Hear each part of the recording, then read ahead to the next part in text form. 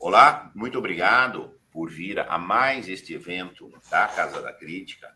Hoje, novamente, nós temos a alegria de receber a Ana Larissa Pericini, psicóloga, sexóloga especializada nos temas de pornografia, tá? Vícios relacionados e outras questões da sexualidade. Já é a segunda vez que nós recebemos a Ana Larissa, e a segunda que vai ser ainda o segundo degrau de uma escada longa. O trabalho aí que a Ana Larissa tem desenvolvido, ela já amealhou aí um saber muito valoroso, e hoje nós vamos entrar no assunto poluição pornográfica, gente. Que assunto importante. Nós estamos, não sei se é a poluição pornográfica ou se é uma tempestade de pornografia. A poluição, às vezes, fica até aquela coisa, dá uma ideia de estar presente, mas está difusa. Mas pornografia está realmente num aspecto de tempestade. Nós fizemos um primeiro trabalho já aqui com a Ana Larissa, o trabalho anterior, em que a gente focou danos da pornografia e masturbação. Tinha um viés um pouco mais centrado nesse trabalho, como esses danos, um viés de interesse para a inteligência. Como é que a inteligência fica afetada? E a gente deu, naquela ocasião, novamente um viés, aí o vício ativo, o camarada que vai lá buscar o consumo pornográfico, é o cara que vai, e é normalmente associado à masturbação, tá? E ficou para ser visto agora, neste round, a dimensão de um vício com uma conotação mais passiva. Eu mesmo, se eu ando daqui 500 metros da minha casa para ir na academia, eu recebo os poluentes pornográficos, tá? Do tipo. Então, a gente vai falar hoje de um aspecto mais passivo, dessa recepção passiva de pornografia ambiental, tá? O que a gente pode fazer e etc. Ana Larissa, muito obrigado.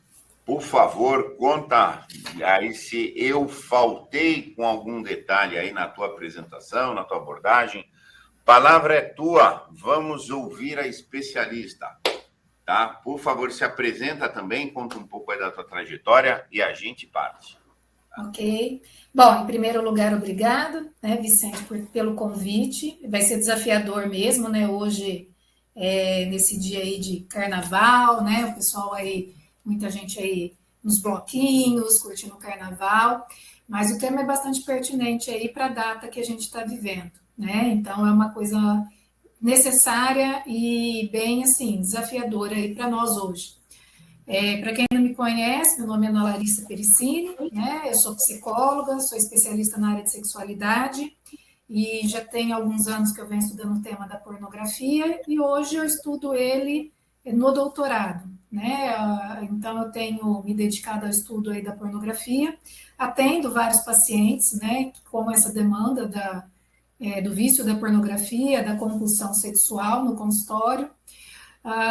E assim, o trabalho, né, que a gente já fez anteriormente, nós falamos bastante aí já, né, tá lá no YouTube sobre a pornografia, falamos dos danos, então hoje vou falar superficialmente, né, dessas consequências da pornografia, que acaba a gente tendo que citar como um alerta também. Mas o principal hoje é a gente poder falar desse agente passivo, sim, né, dessa poluição que toda a população vive, né, direta, indireta, todas as faixas etárias, e acaba sendo a necessidade de termos isso mais consciente, para a gente poder realmente, né, trabalhar, lutar contra todo esse movimento que vem acontecendo, né?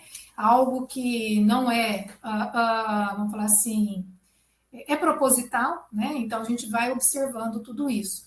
Então até mesmo, né, é legal a gente falar, né, falar sobre esse tema, né, no Carnaval. Eu fiz algumas publicações e estou soltando no Instagram exatamente sobre as questões sexuais no Carnaval. Então tudo o que tem no Carnaval e que realmente é proposital, não é uma coincidência ou algo recente que vem acontecendo.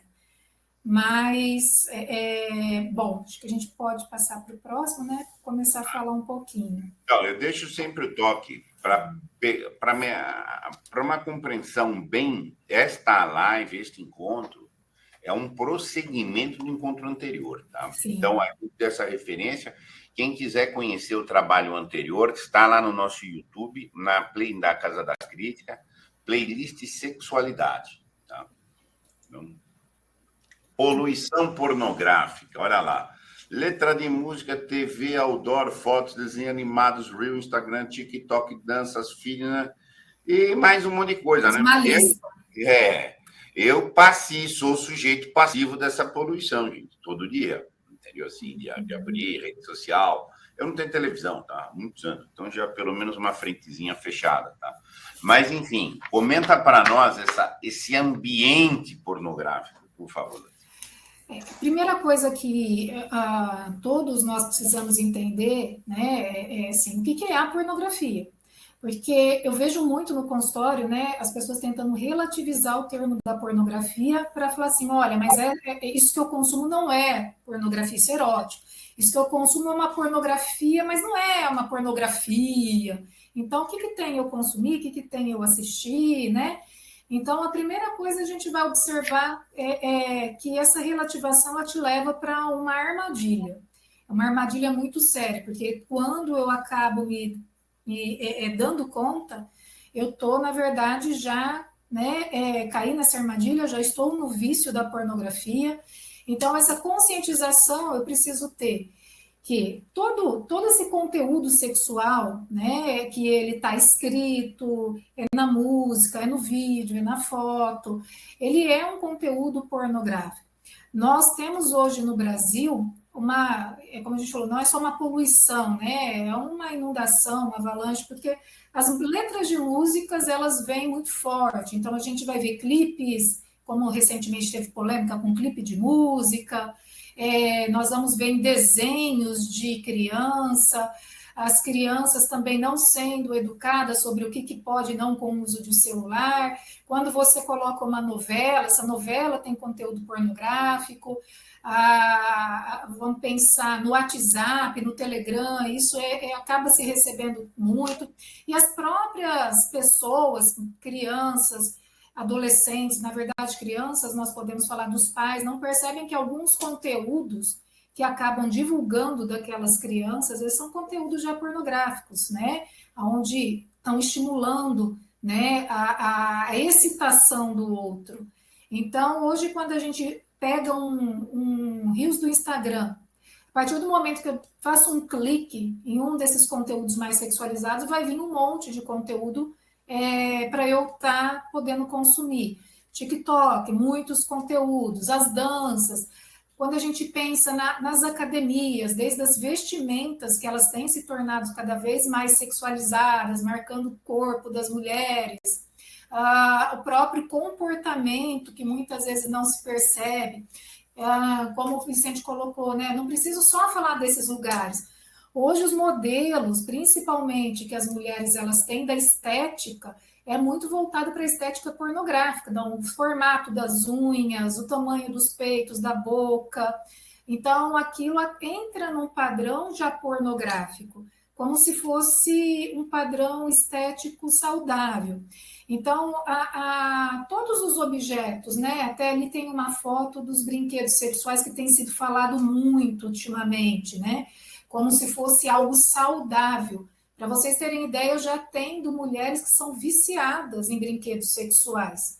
Então, a gente vai vendo que todo esse movimento que acaba envolvendo a questão mais de mercado, né, a venda de determinados produtos, a gente vê o quanto que isso a pessoa vai caindo de uma maneira onde que ela não vai percebendo, ela vai recebendo informações que vai mexendo com o imaginário, vai modificando a maneira dela olhar para o mundo, para as pessoas, ao ponto de poder cometer crimes sexuais. Tanto é que nós já observamos um aumento também dos crimes sexuais. Será que isso é uma coincidência? Será que isso tem a ver com esses conteúdos pornográficos, diretos e indiretos, que as pessoas vêm consumindo? Então, tudo quando a gente vai pensar nesses conteúdos, né, que vamos recebendo, a gente vai pensar, aquela criança, aquele adulto que ouve na letra de funk como é o sexo, como tratar uma mulher, como tratar uma outra pessoa, como fazer lá uma atividade sexual, será que aquilo ali vai mexer com ela ou ela vai conseguir separar aquilo muito, muito bem e tratar a outra pessoa, né, de uma maneira mais saudável? Então, a gente começa a poder observar o quanto que isso não é possível separar, fica tudo muito ali junto, e aonde que a pessoa ela vai sim sofrer seriamente, porque quando as pessoas chegam, Vicente, já preocupados, né, aonde elas chegaram, isso não foi em uma semana.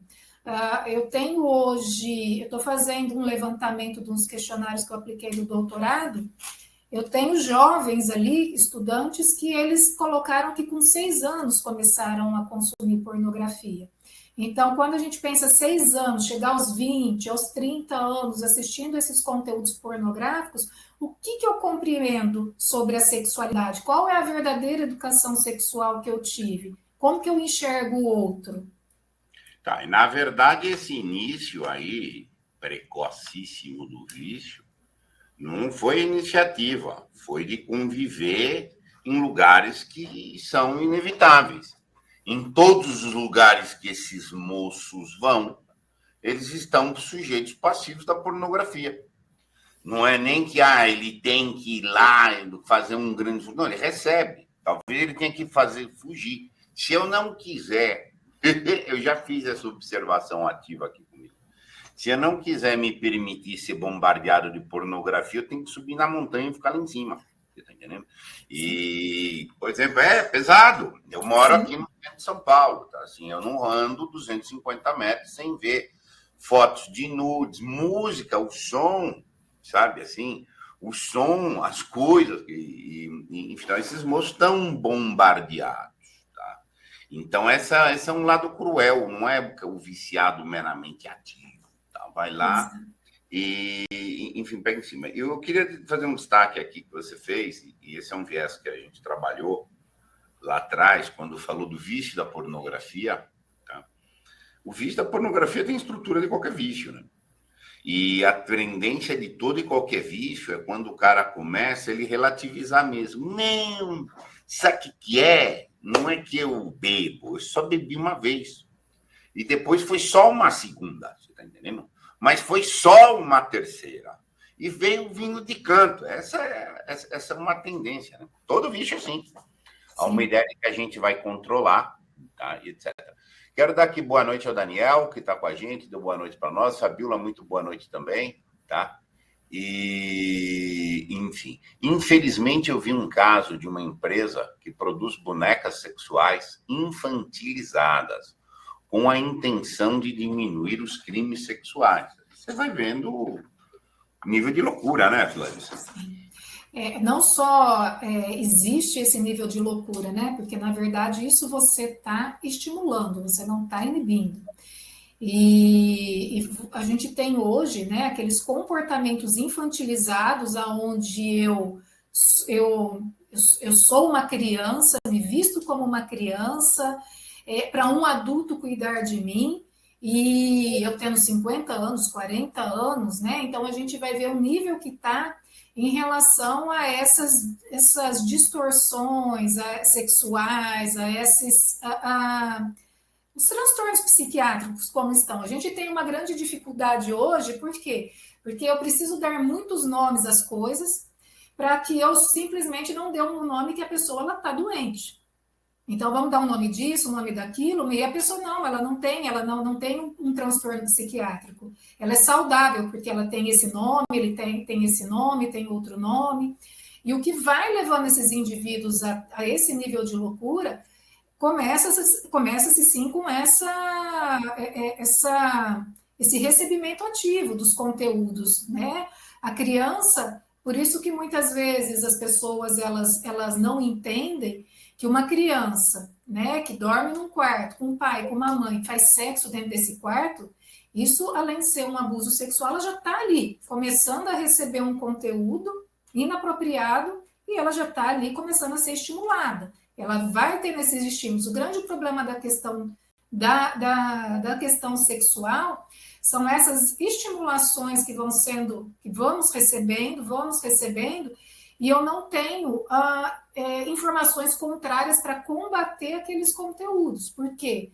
Eu tenho a chance, eu tenho ali a possibilidade de combater esses conteúdos se eu estiver recebendo um outro conteúdo, para que eu possa ter esse discernimento entre o que é bom, o que é ruim, o que é saudável, o que é patológico, o que pode levar a cometer um crime.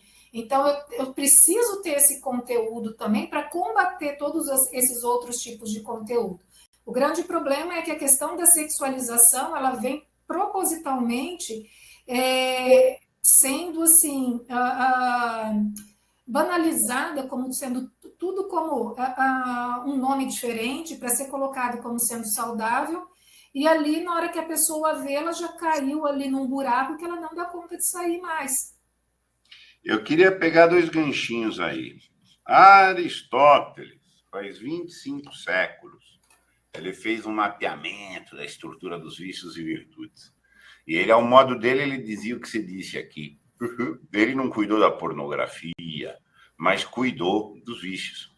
E ele dizia o seguinte: não combate um vício evitando, mas cultivando uma virtude. O que você falou é o seguinte, mas o cara tem recursos para construir uma outra opção, que você dizer, eu combato isso, tudo bem, mas ativamente você está construindo algo oposto, algo de superação, ou passa. Tá? E essa é a lição clássica dos vícios, né? Do tipo, você não combate meramente, desenvolva uma força. Se a pessoa, e aí pegando essa questão que você está falando, se há uma brincadeira, essa brincadeira que eu estou falando com conotação dissociada mesmo, de brincar com os nomes, que chama eufemismo, essa brincadeira maldita, não é pornografia, é só ali uma coisa mais chique, tal, não sei o quê, etc. Não é putaria porque é chique. Você está entendendo? É estilo, enfim. Aí você vai, na rigor, você vai criando uma dissonância cognitiva, né? E aí você cria uma dissonância cognitiva que afunda mais o camarada, né? Sim, e aí a gente entra em outros relativismos, que nem ali o TikTok, né? Eu já ouvi de homens, né? A questão, se está ali disponível uma adolescente dançando com uma roupinha curta, então será que isso é um crime que eu estou cometendo? Porque eu estou me masturbando assistindo essa adolescente, mas está ali disponível na internet, né? Então será que eu estou cometendo esse crime? Então vem os relativismos. Na verdade, você pode até ter uma subversão, né? Deixar não só relativizar para minimizar, como dizer isso aqui é vitalidade. Como se fosse sinal de vitalidade um homem de 50 anos se masturbar vendo uma menina de 16 anos. Já que, sabe, enfim, você tem a subversão. Tem um comentário da Fabiola aqui, e hoje nem é mais subliminar. Como quando éramos crianças. Está tudo muito na cara para normalizar mesmo. Mas aqui procuro combater como posso. Tá? É um comentário. Eu queria... Só pedir um segundinho aqui, se alguém... Eu queria só... Acho que tem uma pessoa com uma dificuldade de ingressar, eu vou dar um apoio, mas eu queria só registrar uma coisa. Eu estou planejando para muito breve um trabalho sobre o puerilismo, essa situação de não maturar. Tá? E você já está convidada para, dentro desse trabalho, trazer, Ana Larissa, uma abordagem sobre o que você falou aqui agora, pornografia e infantilização. E, olha, é um insight, assim, muito, muito, muito rico, tá? Muito bem. Vamos para o próximo slide, minha cara? Vamos lá. Esse aqui, então, foram os danos que a gente decompôs de uma forma mais detalhada no encontro anterior, e que compulsão, parafilia, orgia, sexo pago, sexo casual, jaulas sexuais. Você vai fazer algum comentário maior aqui? Eu acho que é importante porque existe essa questão, né, desses conteúdos que nós estamos falando, né, eu recebendo um conteúdo de maneira passiva e que vai trabalhando com a minha necessidade de obter um prazer com aquilo que eu estou começando a criar no meu imaginário, né, fantasiar no meu imaginário, e aonde, quando eu me pego, eu me percebo, aquilo está conduzindo a minha maneira, né, de poder, como falar assim, desfrutar da minha própria sexualidade, né? Então, quando eu percebo, aquilo já está conduzindo o meu caminhar sexual. Então, com tudo isso que está escrito nesse slide, né, principalmente a questão da orgia, né, o sexo casual, o sexo pago, as parafilias, cada vez mais, né, como foi colocado agora ali no chat, né, ela tá muito presente. As parafilias elas estão muito presentes. No comercial, na propaganda, não comercial, mas na propaganda de sapato, de roupa. Recentemente teve uma marca aí famosa que colocou crianças. Então a gente vai vendo que tudo isso está chegando cada vez mais de forma agressiva. As pessoas, querendo ou não, quando abrem ali algum desses canais de comunicação, ela está recebendo esses conteúdos. Então, quando eu me pego, eu já estou o quê? Reproduzindo isso na minha vida. E aí, quando eu me percebo, sem ter esses conteúdos, eu não consigo ter uma vida sexual sem eles. Eu preciso deles para me manter ativa sexualmente. Então, cada vez mais, eu vou vendo que eu vou ficando refém de uma... no mercado todo, eu vou me tornando refém de um mercado, porque é a hora que eu percebo ele que está conduzindo a minha vida sexual. Quer dizer, eu não sou mais dona de mim mesma. Eu queria ser um pouco mais pessimista aí, tá? Não somos nem vista só vítimas do mercado, mas de uma cultura que transcende o mercado. A ideia de viciar os outros não é mais nem para ganhar dinheiro, mas é uma coisa mais até nihilista.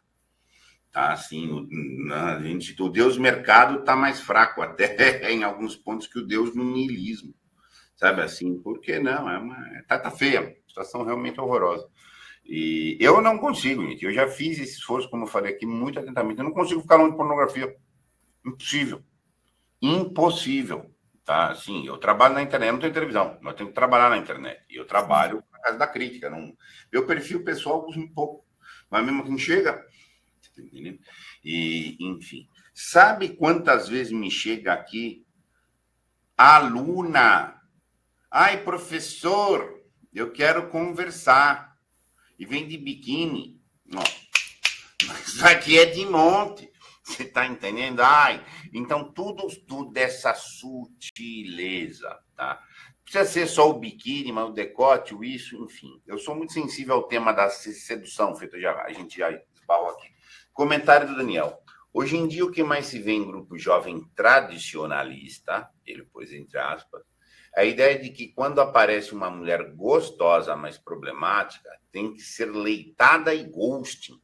Ou seja, ter o ato sexual e abandonar a mulher logo em seguida. É um ato parafílico, né? Sim.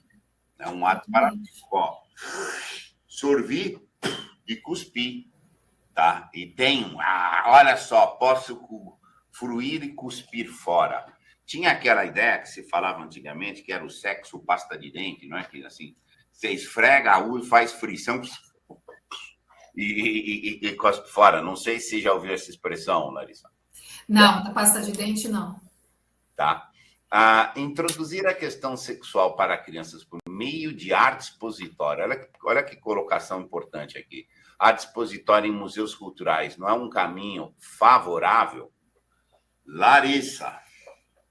A gente está falando aí, a gente tem, né? Quando a gente pensa nesse conteúdo pornográfico, a gente tem histórias e histórias do que é esse conteúdo do nu, né?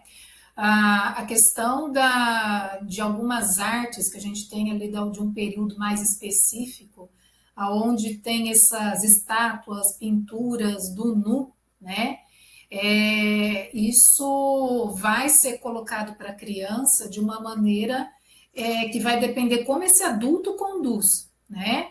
Ali eu posso pegar uma estátua grega, né? Eu posso pegar uma pintura aí famosa, né?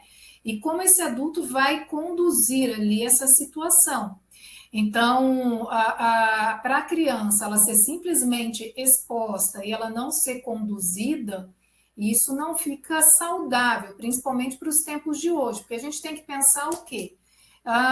De períodos em períodos e contextualizar.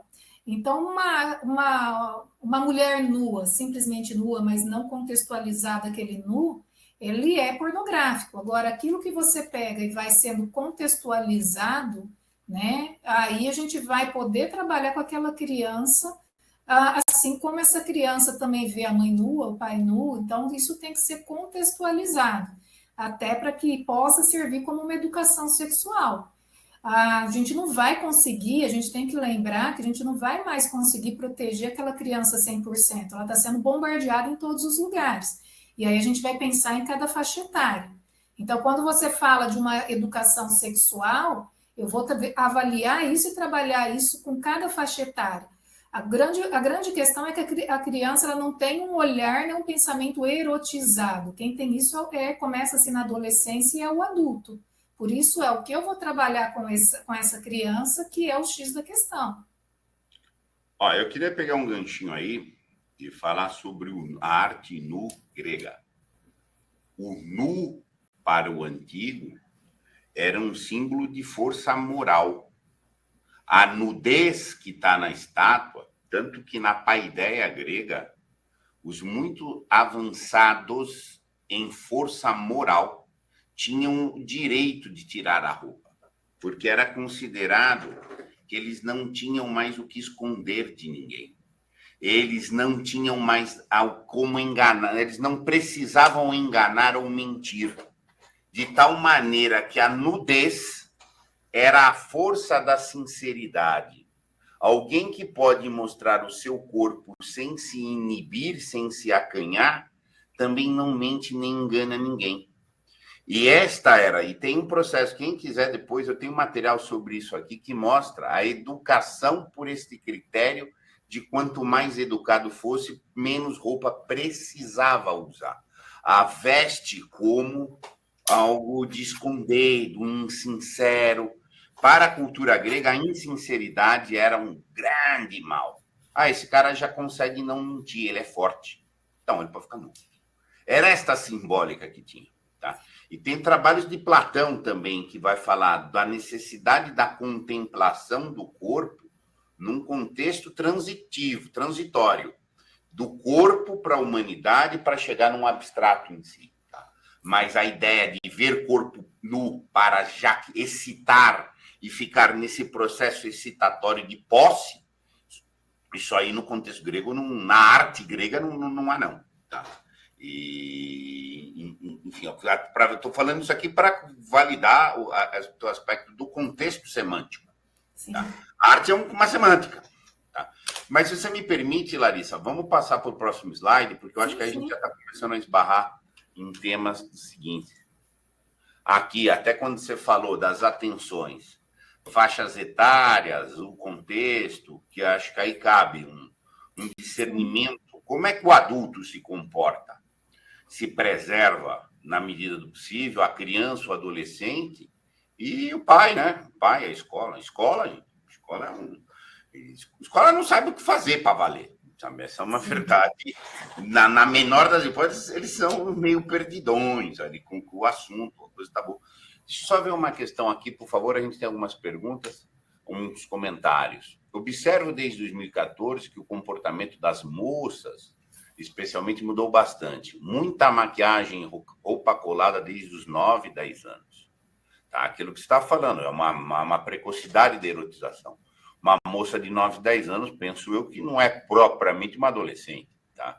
Uma criança. Uma criançonona. E aí a gente entra num outro problema, né? Essa criança de 9, 10 anos, ela não tem condição financeira de comprar suas próprias roupas, e ela provavelmente precisa de que um adulto acompanhe para comprar essas roupas. Na verdade, está sendo, enfim, o vício está sendo nutrido, né? Alguém está nutrindo, pervertendo a criança. Um outro comentário aqui. Quase inevitável as crianças serem bombardeadas com as atualizações devido a influências de várias plataformas. Erro dos pais é adaptar elas com roupas que mostram demais e justificam. Ela pode porque é criança. Ninguém vê maldade porque é criança. Mas a criança cresce achando que aquele é o certo e depois para mudar é difícil.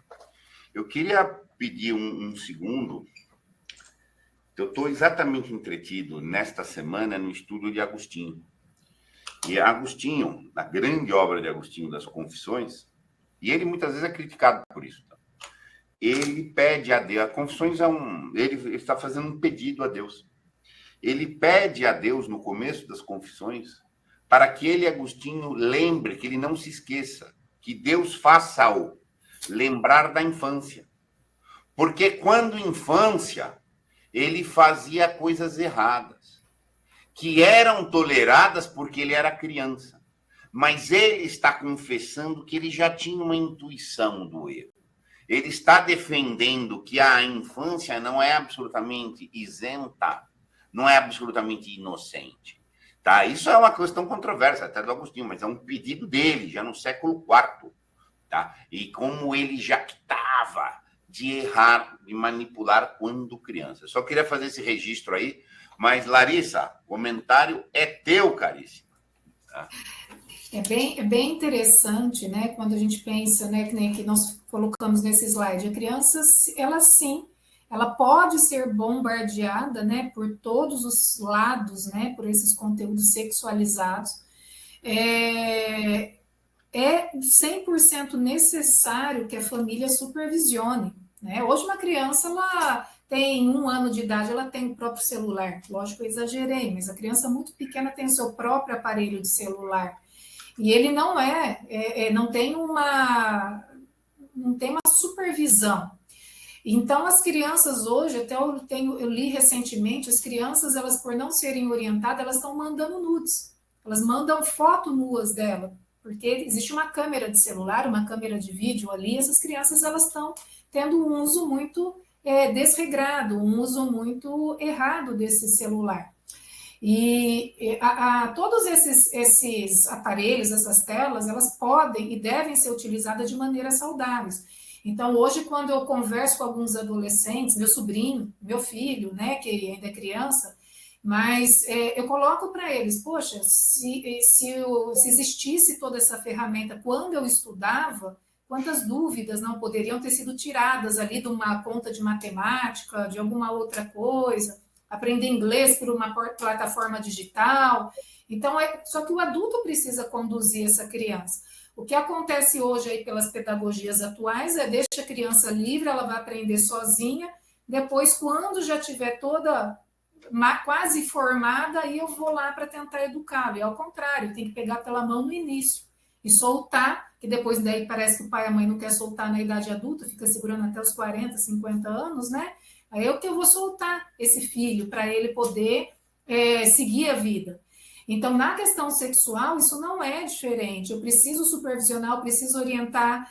Erroneamente, as pessoas querem fazer uma educação sexual com conteúdos que não têm capacidade neurológica para essa criança absorver. Então, tem conteúdo específico para cada faixa etária, para que essa criança possa ter um bom desenvolvimento.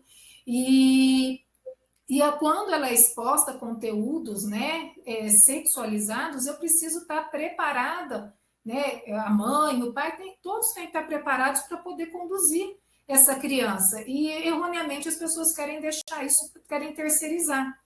A malícia, ela é necessária, né, pelos pais, pelos professores, pelas mães, poder ter essa malícia de como trabalhar esse conteúdo sexual com as crianças. Então, quando a gente fala, mas por que a criança, a adolescente, a criança está mais sexualizada? Porque está sendo aceito que ela siga um caminho pornificado. Está sendo aceito que ela siga um caminho onde que sim, ela vai ter problema, ela vai começar uma vida sexual mais cedo. vai acabar engravidando, vai acabar pegando uma doença. Então, a gente está falando das consequências. Então, quando eu vejo que essa criança ela vai sendo bem orientada, ela vai respeitar cada etapa da vida para ela poder viver ter uma vida saudável, ter um desenvolvimento saudável e não precisar buscar isso precocemente.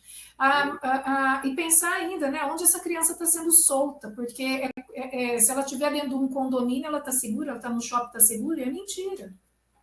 Eu queria um pouco mais longe, tá? Onde ela está sendo solta, onde ela está sendo abandonada. Exato. Isso é abandono. Se você não olha o celular razoavelmente, é a mesma coisa que está abandonando teu filho na rua deserta. Sim. E é capaz que a rua deserta seja até mais segura, tá? Segura. Do que um celular. Isso é até abandono. Abandono é a maior lesão emocional que você pode fazer a alguém. Largou. É uma violação do cuidado, é uma violação do respeito, é uma violação da responsabilidade. Isso daí é órfão. O órfão está largado. Para o pai não ter trabalho, coloca um negócio lá para a criança não encher o saco. Você está entendendo? Ele fica lá. Esse lado perverso mesmo. E hoje já antigamente, né, assim, há poucos tempos atrás, a gente poderia falar, olha, só tem uma ou outra plataforma digital. Hoje tem muitas plataformas digitais que já têm essa preocupação do conteúdo que é disponibilizado. O grande problema que aí a família ela tem que estar mais segura é porque aquele conteúdo não vai ser o que os amiguinhos da escola vão estar discutindo, não vão estar imitando. Então, muitas vezes os pais cedem para ter determinadas plataformas digitais, usar determinadas coisas, porque não é o que a turminha está seguindo. Eles querem seguir aquilo. Você sabe, voltando para Agostinho, ele fala isso, que uma vez ele quis fazer atos para ser cúmplice dos outros e para os outros serem cúmplices dele, quando ele era criança. Mas é pelo gosto de, vamos fazer, eu sei que é errado, mas tem que fazer como todo mundo. Enfim, e é pai, né? Agostinho é crítico ao pai dele, que largava mesmo. Você tá entendendo? E, enfim. Essa é a realidade da selva que está aí, né? É a realidade da selva. E esse bombardeio todo, voltando um pouco para os adultos, eu já tenho pacientes no consultório que encontram esse desafio, né, de frequentar uma academia, porque como o imaginário ele já está ali sendo bombardeado, então aquilo ali vai gerando uma confusão. Aí nós vamos, lógico, vai se trabalhando com os conteúdos para poder estar lidando com esse bombardeio todo. Mas a gente tem que preparar, né, a nós, aos adolescentes, a essas crianças, né, como ir lidando com esses conteúdos. O grande problema tem sido também porque hoje eu não posso falar, né, aí fora sobre virtudes, valores morais, eu não posso falar, né, de algo da religião, porque estou sendo muito, né, está sendo castrado, opressora, castrada, e aí você vai soltando. E quais são essas ferramentas que eu tenho para combater tudo isso? Tá.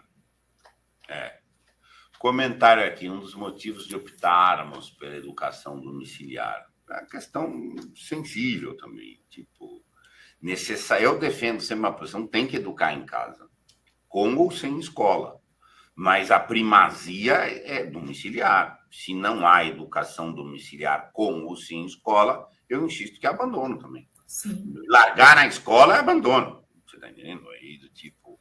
Agora, é difícil a questão. Também é uma questão dura. Como é que eu faço, Larissa? Eu já tive, com música que eu fiz, eu pus fone de ouvido para ir na academia, porque as coisas que eu ouvi lá... E o pior é que é o seguinte, eu já reclamei na academia 200 vezes com as músicas que foi lá, por escrito. A resposta deles é só o senhor que reclama. O único cara que reclama é eu. Tá? Enfim, na meu alcance aqui, eu não tenho televisão há mais de 20 anos. Não só por causa de pornografia. Por pornografia e outras imbecilizações múltiplas. Tá? Mas, enfim, eu evito de incentivar. Eu não estou em cima da montanha o dia inteiro, sabe? É uma questão complicada. Dá alguma orientação? Agora, dá uma orientação para alguém, além de, como ele falou, cultiva uma virtude, cultiva uma consciência, mesmo que você tenha que conviver, nós temos que conviver, nós estamos na sociedade. Tá? O que eu faço? Eu cultivo um jardim pessoal, cultivo amizades com modéstia, tá? Seleciono. Comenta o que o adulto faz para purificar um pouco, educa a imaginação, o que faz? Primeira coisa é ser adulto, né? Vamos pensar, eu tenho que me fortalecer. Então, eu tenho que me fortalecer de alguma maneira, né? Porque senão vou virar uma refém social. Então, porque eu vou ter muito julgamento, principalmente se eu não seguir o caminho da pornografia. Hoje o mundo ele está pornográfico. Então, eu tenho que primeiro me fortalecer. Ah, eu não vou ao carnaval, né? Ah, eu não vou em tal bloco. Ou eu não vou escutar um determinado tipo de música. Eu tenho que me fortalecer porque as pessoas vão estar conversando ali fora sobre isso. Como esses programas aí de ver na casa ficar vendo as pessoas ali, né, em 24 horas, o que elas estão fazendo. Então, quando as pessoas comentam aquilo e você fala, poxa, eu não acompanho, você já vai ser julgado. E aí, como que é para você estar lidando com esse julgamento? Então, esse é um ponto que eu preciso estar, primeira coisa, me fortalecendo. E sim, para aí os próximos caminhos vão acontecendo, que é eu selecionar aquilo que eu consumo. Na televisão, eu poder selecionar os livros, as músicas, aí eu vou ainda reduzir ainda mais ainda as pessoas com quem eu convivo. A gente não vai poder se fechar, né, entre quatro paredes e ficar sozinho. Então, eu vou ter diversos tipos de convivência, mas para aqueles que eu não sou obrigada a conviver, olha, agora eu não estou no trabalho, que ali eu sou obrigada a conviver com essas pessoas superficialmente, mas com quem eu quero conviver, o que eu quero? Nosso tempo é muito curto, o tempo vale muito, então para que eu vou gastar tempo com pessoas que não me acrescentam nada e ainda, na verdade, muitas vezes querem subtrair, querem tirar algo de mim? Então, eu começo a buscar, sim, né, a poder estar buscando grupos, lugares, onde eu possa realmente estar me fortalecendo. Como esse bombardeio, né, ele é muito forte, se eu não tiver constantemente tá me nutrindo, cuidando, uma hora eu vou ceder. Uma hora eu vou ceder. Então, eu tenho que estar ali sempre conseguindo, né, tá tendo um conteúdo para que eu seja mais forte que aquilo que está ali fora. E isso vai ser através de todo aí, né? O conteúdo da Casa da Crítica, são livros, indicações de leitura, são conteúdos ali que de repente eu ponho numa plataforma que seleciona previamente bons conteúdos para a gente ter menos trabalho de estar selecionando ali e tal, e poder estar tranquilo e falar, olha, não, eu não acompanho esse tipo de canal, de lugar, né? Não frequento esse tipo de lugar, e eu preciso estar bem seguro. Algumas pessoas acabam tendo a fraqueza porque existem questões assim mal resolvidas da infância. Aí eu preciso buscar isso para ser trabalhado, para eu poder estar trabalhando e equilibrando esse emocional, porque esse meu emocional muitas vezes faz eu fraquejar. E aonde que fica mais fácil para ceder a tudo isso? Essa questão que você está falando dessa força, o oposto disso que eu chamo aqui é carência. A gente toma pé de carências nossas para ter estratégia para não ficar carente. Porque a carência pode acontecer, é um estado que todos nós podemos cair. Mas existe algumas estratégias ativas, preventivas, etc., para você ser forte e ser menos carente. Agora, se você estiver carente, vai ser jantado, né? O carente sempre vai ser jantado. Entende? Aí não tem jeito, vai aparecer sedutor, vai aparecer pornografia, todos os bichos, enfim, entenda. Essa questão da fortaleza, você está dizendo. A fortaleza, o oposto dela é a carência. Tá, vamos por assim. E hoje a gente não tem desculpa que não tem como selecionar conteúdo. Hoje, através do aparelhinho aí do celular, em qualquer lugar que a gente vai, é um fone de ouvido, é conteúdo para ler, é conteúdo para ouvir, dá para baixar antes de sair de casa, tem internet, tem Wi-Fi. Então, o conteúdo que eu vou consumir, isso pode ser muito bem selecionado. Sim. Existe a opção para quem seleciona. Existe a opção. Existe a opção para quem seleciona. Sim, sim, sim. Essa é uma questão. Faz um giro para nós aí, se comporta, Larissa, por gentileza. Aí sobre, enfim, criança, você mais ou menos falou, pais, escola. Escola é um problemão, hein? Escola, que hora que meu viver com escola, o pessoal da escola tem medo de qualquer coisa, tem medo de intervir ou de não intervir. Escola é um pisar em ovo que é assim, tipo, o pessoal da escola, o corpo escolar, é uma coisa, estão uma encruzilhadona, né? É muito complicado o fator escola, porque quando a gente pensa, né, nesse ambiente, os pais eles precisam estar muito bem, analisar muito bem, né, qual que é a filosofia dessa escola, o que essa escola busca, né, para o seu filho, e saber se essa escola, como que são esses professores. Isso é muito difícil acontecer. Porque nós vamos pensar assim, dentro desse conteúdo escolar, nós vamos ter, nossos filhos vão conviver com outras crianças que já vêm com famílias que pensam diferente muitas vezes, nós vamos ter professores que pensam muitas vezes diferente do que nós pensamos também, e ali não tem muito como estar supervisionando 100%, né? Então é um pouco mais delicado. Mas o ambiente escolar, quando a gente pensa, o que eu vejo de mais grave ainda, é a situação onde que muitos profissionais que estão ali, eles se intitularem como referência para eles poderem fazer qualquer trabalho com a cabecinha das crianças. E ali a gente vê onde que fica tudo uma coisa muito ruim.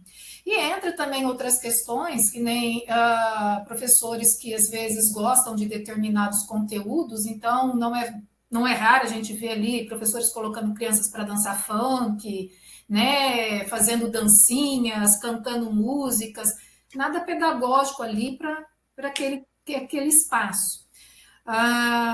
Hoje é muito difícil, eu vejo às vezes alguns coordenadores, professores vindo perguntar para mim algumas questões e com essa agenda ideológica toda que existe aí, alguns concordam com algumas coisas, mas tudo vem o termo preconceito. Será que eu não estou sendo preconceituoso se eu falar um não daqui, o outro dali?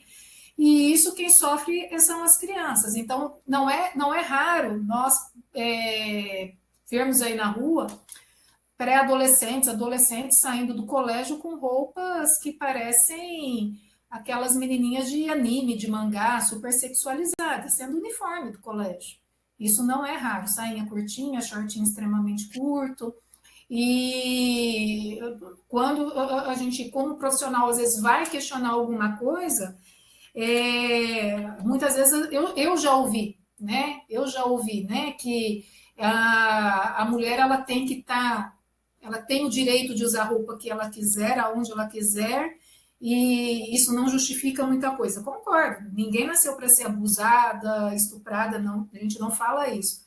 Porém, a gente tem que lembrar que eu não tenho controle da mente do outro. Eu não sei o que ele está pensando, eu não sei o que ele está fantasiando. E hoje eu não sei como que pode ser esse comportamento, essa conduta dessa pessoa. Um exemplo disso, hoje mesmo que eu fui levar meu filho para jogar bola, chegou um rapaz estranho perto do carro, não fui esperar ele falar, o que você quer? Eu bati a porta na cara dele. Eu vou esperar ser assaltada? Né? Então, já fechei rápido a porta e tranquei o carro. Então, eu preciso estar tendo comportamento preventivo, eu não posso esperar as coisas acontecerem. A ninguém é dado a comodidade de não ter um grau de alerta constante. Isso é a frase do Ortega y Gasset. Quem abrir a mão de um mínimo de alerta constante está praticando algo antivital contra si. Tá? Nós vivemos com essa necessidade de alerta. Tá? E, enfim, comentário aqui do Daniel: vivemos uma sociedade em que a noção de espaço pessoal é maximamente porca.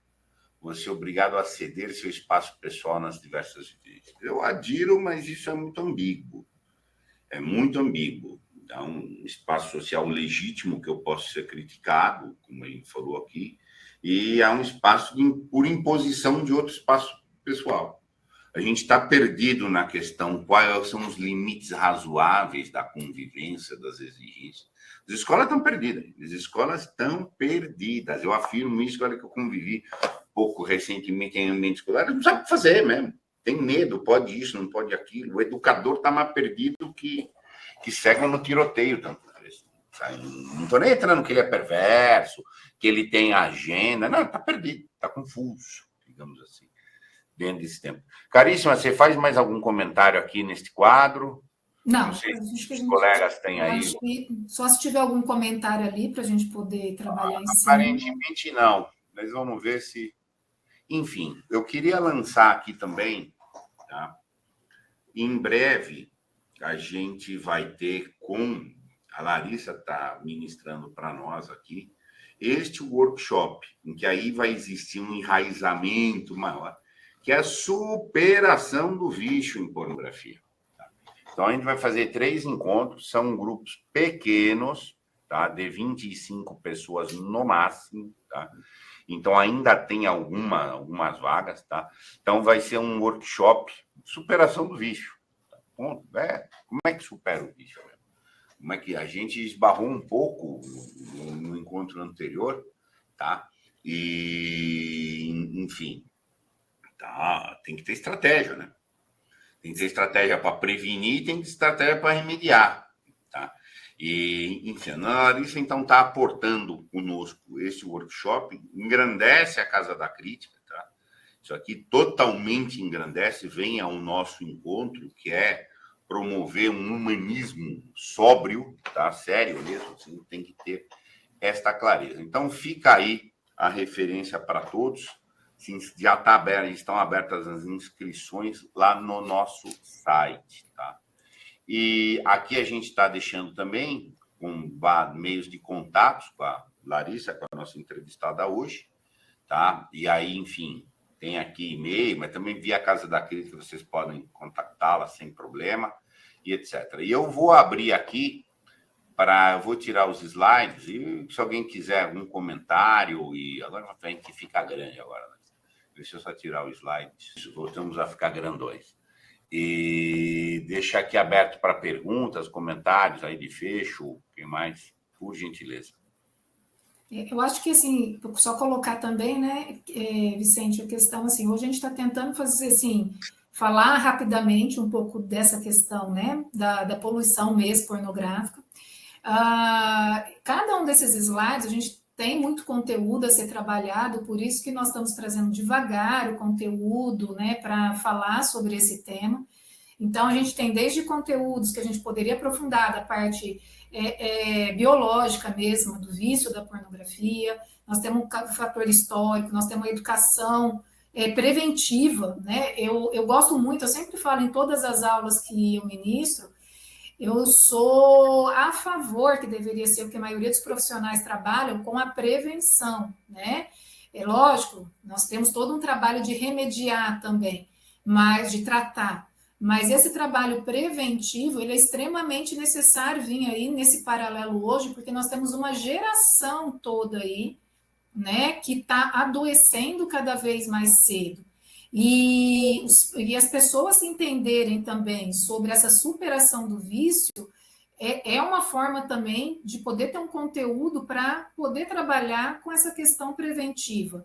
Então, não é só para quem já precisa superar esse vício.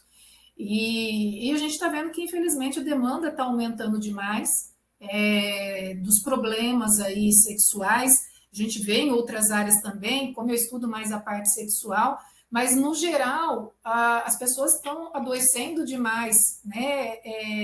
Emocionalmente, mentalmente, e a gente precisa cuidar muito de nós para poder também cuidar dessas crianças. Então, eu como mãe, se eu não cuido de mim, como eu vou cuidar do meu filho? eu preciso também ter em posse esses conteúdos todos, eu estar acompanhando o que está acontecendo hoje, porque é uma forma de poder ter essa malícia. Eu converso muito com família de amiguinhos do meu filho, né? E muitas mães falam, nossa, Larissa, só depois que eu comecei a conversar com você que eu começo a pensar diferente, porque antes eu não tinha essa atenção com meu filho, eu não tinha essa preocupação que você tem. E isso é porque eu começo a passar como está o cenário hoje e como estão os problemas atuais. E aí elas observam o meu comportamento e ali fica a mudança de comportamento dessas famílias. Deixa eu te dar uma sugestão, minha cara, que eventualmente você considera aí consigo. Malícia.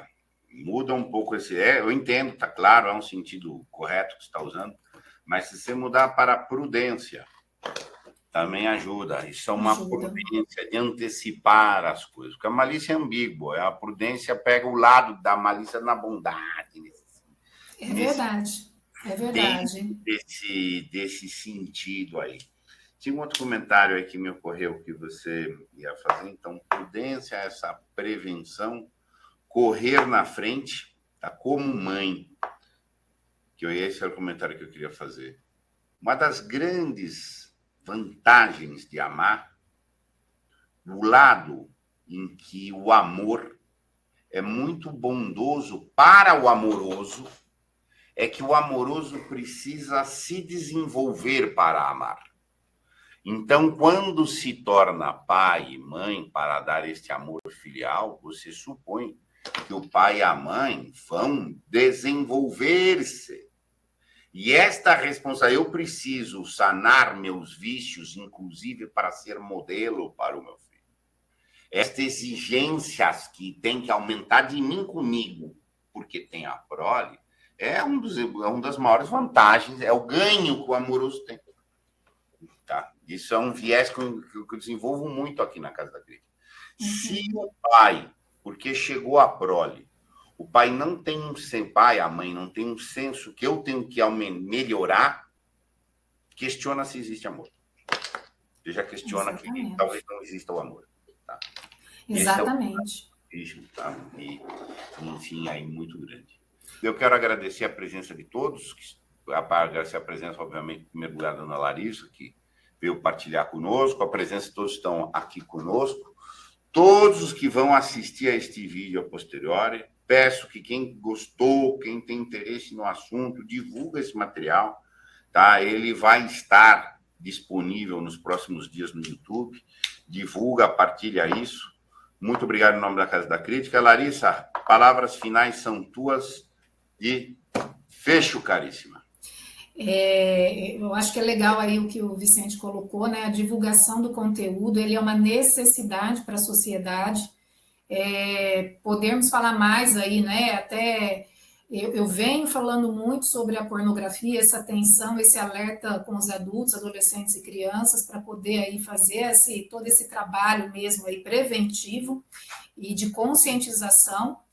E precisamos cada vez mais aí estar falando sobre o tema, porque ainda, infelizmente, temos pessoas que fazem o desserviço, vamos chamar assim, de falar que pornografia é algo bom, né? Que ajuda em alguma coisa, que faz um tratamento, ajuda no tratamento daquilo, disso. E, infelizmente, eu recebo muitas pessoas que passaram por esse tipo de falta de profissionalismo, já mais adoecidos do que estavam no início.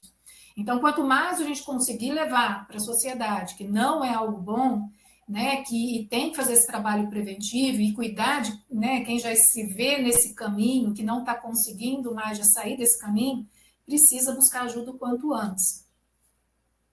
Então, vamos trabalhar aí na divulgação do conteúdo. Precisa buscar ajuda. Às vezes é um assunto embaraçoso, que o pessoal tem certos embaraços, mas isso tem que ser vencido. As pessoas têm embaraço em todos os vícios, mas particularmente esse é um embaraço mais sensível, mas tem que ser resolvido. Com certeza, com certeza. Muito boa noite, muito obrigado a todos. Até mais. Boa noite, pessoal. Obrigada pela presença.